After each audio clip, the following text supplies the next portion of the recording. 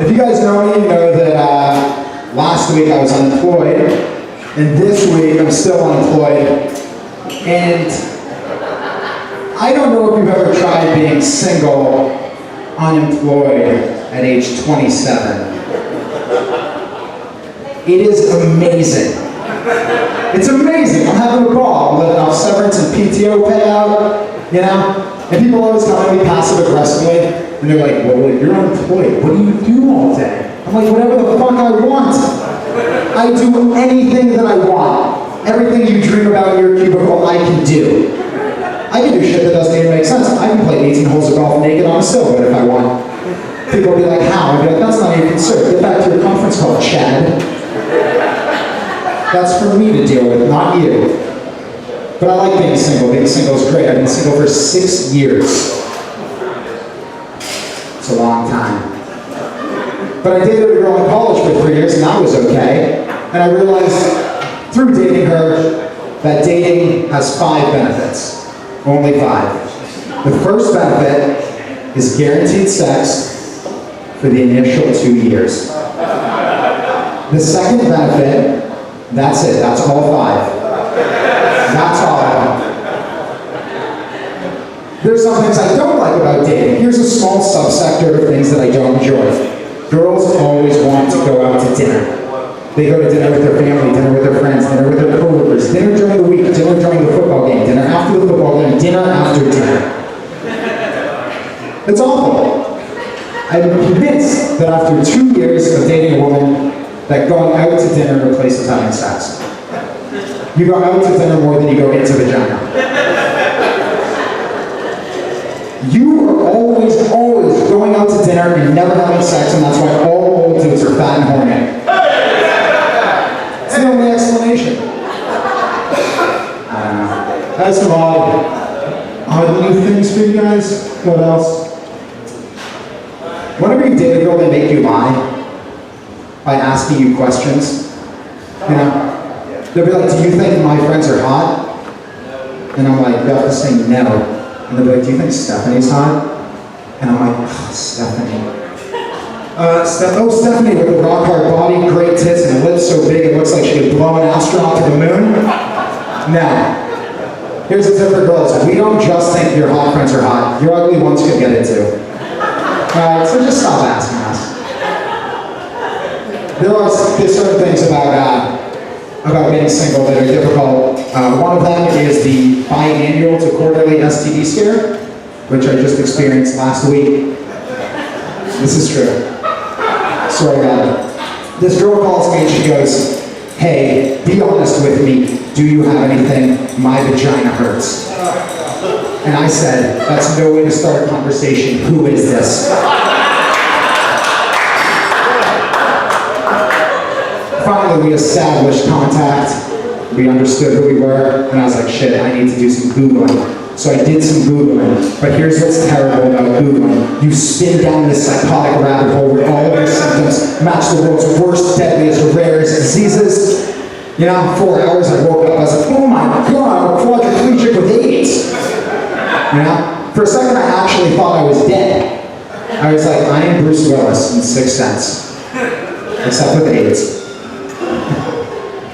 But I don't have an STD, in case you're wondering if anybody else here is single and isn't a cockhaver. But I don't have an STD, and that's good, because STDs are bad. Some are forever, some are curable, but none of them are good. You know? But there's nothing worse than the world's worst STD. Children. Child conception virus. Child conception virus is awful. See, at least herpes only flares up occasionally. Child conception virus flares up every day at like 7 a.m. And then you have to cook at breakfast.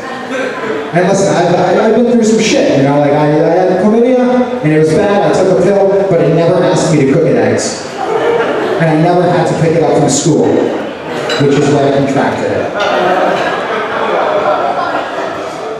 Child conception virus lives with you for 18 years.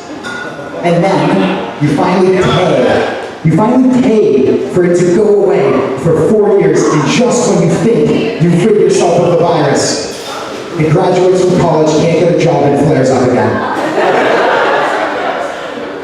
And even when you're dead, the virus survives.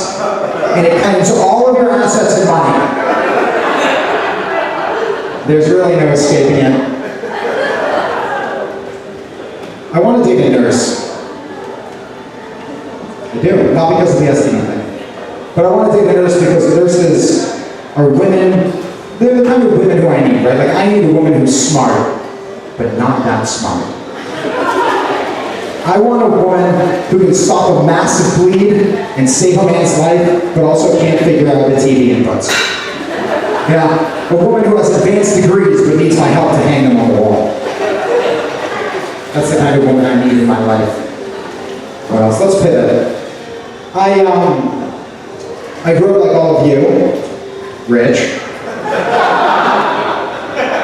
And I tell people that. I know, like, some people, in case you guys are wondering, some people don't grow up like that. Right? So I tell people that, and then they're like, oh, you're rich, like what? Like you're on private jets?